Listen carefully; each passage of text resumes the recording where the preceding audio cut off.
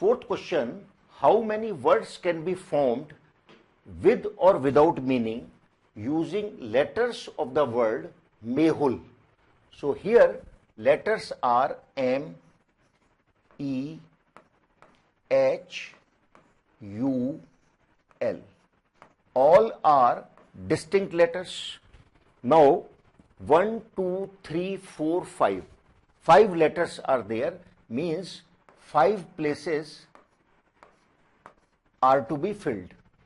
Now first place can be filled by any of the letters. So here we have 5 choices. Any of the letter can be used. Suppose I have used letter H. Then for next place I have 4 choices. So this place can be filled in 4 number of ways. This can be filled in 3 number of ways. This can be filled in 2 number of ways. And this can be filled by 1 number of ways. So the total words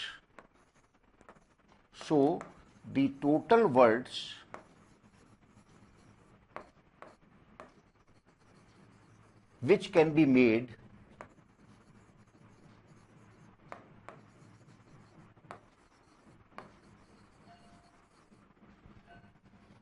are 5 into 4 into 3 into 2 into 1, which means it is 120.